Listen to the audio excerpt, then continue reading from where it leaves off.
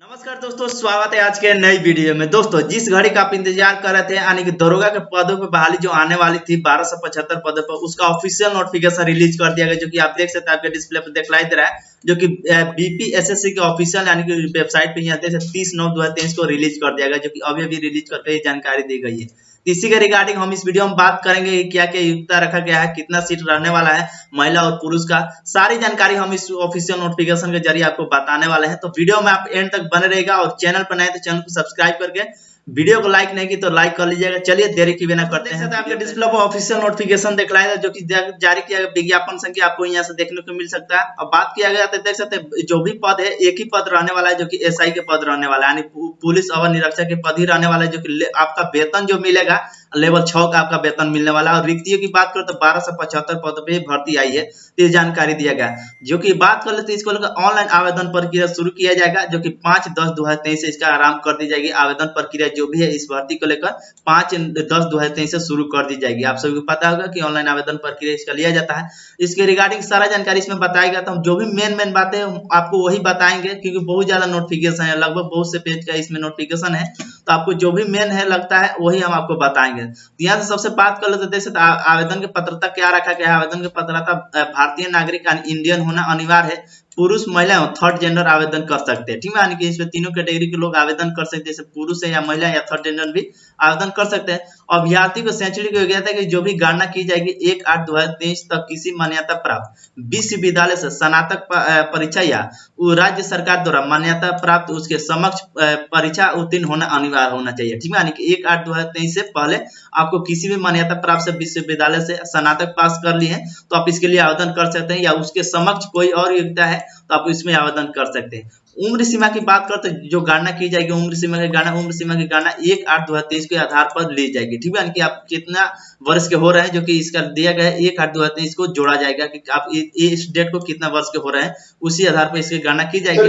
अभ्यर्थी की उम्र दिनांक 1/8/2023 को मैट्रिक अथवा समक्ष प्रमाण पत्र के निम्नतम अनुसार होगी, ठीक है, यानी जो भी आपका उम्र सीमा की बात करते हैं 1/8 मैट्रिक के जो भी है या उससे अधिक पढ़ाई की है तो प्रमाण पत्र के अनुसार निम्नतम होगी।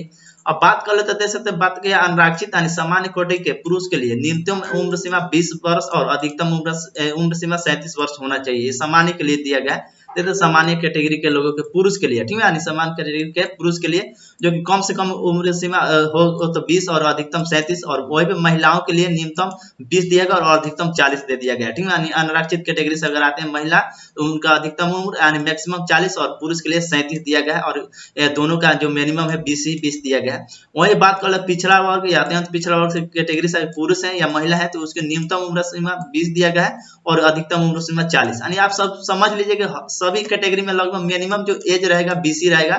अगर आप 20 वर्ष से ऊपर है तो आप इसके लिए आवेदन कर सकते हैं। अलग अलग कैटेगरी के भले मैक्सिमम बढ़ा दिया गया है, किसी का कम दिया गया, तो आप इसमें देख सकते हैं। वही अनुसूचित जाति अनुसूचित जनजाति के पुरुष एवं महिला तथा थर्ड जेंडर अभ्यर्थी के लिए न्यूनतम उम्र सीमा 20 ही दिया गया और अधिकतम 42, यानी इन दोनों उम्र सीमा से अधिकतम इसमें 2 वर्ष बढ़ा दिया गया।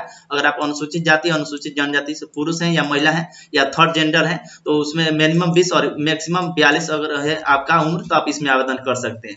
अब बात कर लेते 4 नंबर दिया गया है, तो बिहार के वैसे सरकारी सेवकों को उच्चतर वेतनमान के सेवा स्वर के जाने के लिए प्रतियोगिता परीक्षा में भाग लेने तो अधिकतम आयु सीमा 5 वर्ष की छूट दी जाएगी। जिन्होंने न्यूनतम सेवा में न्यूनतम 3 वर्ष की अवधि पूरा कर ली हो तो उनको 5 वर्ष की छूट दी जाएगी। इस जानकारी निकल कर रही आप देख सकते हैं। अब यहाँ से बात करते अभ्यर्थी के शारीरिक मापदंड की जो बात किया गया है, क्या दिया गया है, तो ऊंचाई सीना और वजन के लिए कोई अंक तय नहीं होगा, परंतु विहित अर्हताएं पूरी नहीं करने वाले अभ्यर्थी को असफल घोषित कर दी जाएगी, ठीक है, यानी जो भी इसमें जो भी शारीरिक जो होता है मापदंड उसमें जो भी ऊंचाई अगर ज्यादा है, मान लीजिए आपका हाइट ज्यादा है तो आप सोच रहे हैं कि हमको ज्यादा अंक मिलेगा, तो ऐसा कुछ नहीं है। ऊंचाई या सीना या वजन के अगर कोई अंक तय नहीं होता है इसमें, आप सभी जानते हैं। अर्हता पूरी करने वाले अभ्यर्थी को असफल घोषित कर दिया। अगर आप अर्हता जो दिया गया है इसमें जो ऊंचाई दिया गया अगर आप पूरा नहीं करते तो आपको असफल घोषित कर दिया जाएगा। अगर आप पूरा कर देते हैं, अगर आप उस पूरा से भी पूरा है यानी आपका मैक्सिमम ऊंचाई है ज्यादा से ज्यादा, तो आप सोचेंगे कि हमको मार्क्स मिल जाएगा, तो ऐसा कुछ नहीं है। इसमें दिया गया है जैसे ऊंचाई सीना और वजन के लिए कोई अंक तय नहीं होगा, परंतु विहित अर्हता अगर पूरी नहीं होती है तो अभ्यर्थी को असफल घोषित कर दिए जाएंगे।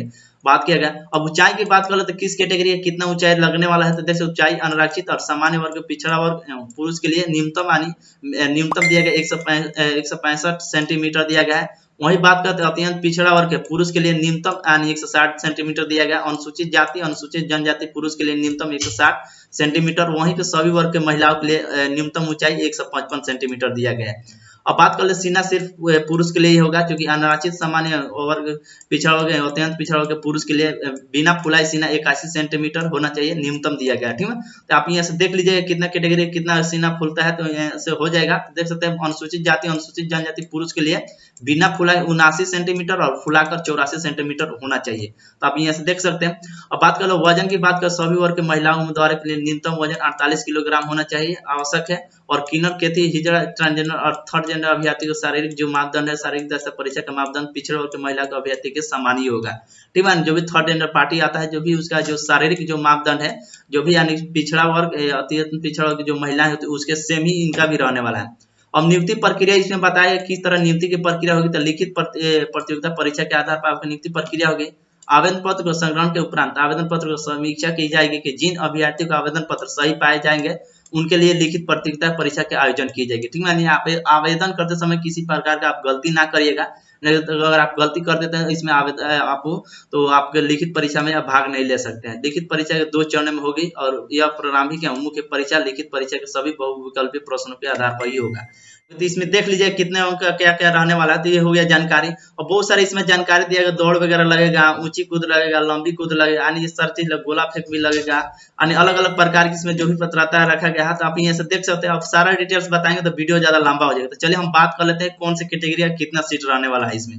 देख सकते हैं रिक्तियां जो बात किया बिहार पुलिस मुख्य यानी कर्मी कल्याण विभाग द्वारा इतना दिया गया पत्रांक संख्या 20/9/2023 द्वारा प्राप्त अधियाचना के अनुसार पुलिस अवर निरीक्षक के पद की नियुक्तियां निम्न प्रकार है। बात कर ले पद नाम दिया गया और पुलिस अवर निरीक्षक यानी सही पद के कितना सीट है। तो सबसे पहले बात कर लेते हैं अनुसूचित जाति से अगर आते हैं तो इसमें कुल 275 सीट रखा गया अनुसूचित जाति के लिए, जिसमें 35% तो आरक्षित दे दिया गया है महिलाओं के लिए। महिलाओं के लिए 36 रूप से आरक्षित जो 35% दे दिया गया है, आप यहाँ से देख सकते हैं। उसके बाद अनुसूचित जनजाति के लिए 16 सीट रखा गया, जिसमें यानी कि इसमें दे दिया गया इतना।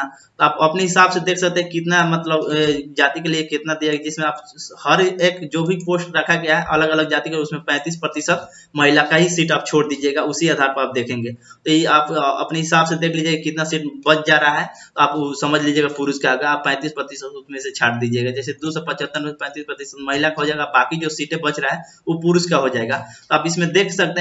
अब ये सारा जानकारी दिया। आरक्षण की बात करते हैं, आरक्षण आप किनको मिलेगा। तो बिहार पद सेवाओं के रिक्तियों का आरक्षण अनुसूचित जाति अनुसूचित जनजाति एवं अत्यंत पिछड़ा के लिए अधिनियम 1991 बिहार अधिनियम 30/1992 समय से आता संशोधित प्रावधान के अनुसार लागू होगा। आपको आरक्षण इस आधार पर मिला जाएगा। महिलाओं का भी इसमें दिया गया प्रावधान क्या क्या रखा गया, तो आप इसे पढ़ सकते हैं। चलिए मिलते हैं किसी नेक्स्ट वीडियो में, तब तक के लिए धन्यवाद। वीडियो अच्छा लगा तो लाइक कर दीजिएगा, चैनल पर नहीं तो चैनल को सब्सक्राइब करके बेल आइकन को प्रेस कर दीजिएगा ताकि इसी प्रकार का आपको अपडेट वीडियो मिल सके। चलिए मिलते हैं किसी नेक्स्ट वीडियो में, तब तक के लिए धन्यवाद। बहुत सारा ये इसमें अपडेट दिया गया, तो एक बार हमारे टेलीग्राम ग्रुप से ज्वाइन करके नोटिफिकेशन लेकर पढ़ सकते हैं और अच्छी तरह से समझ सकते हैं।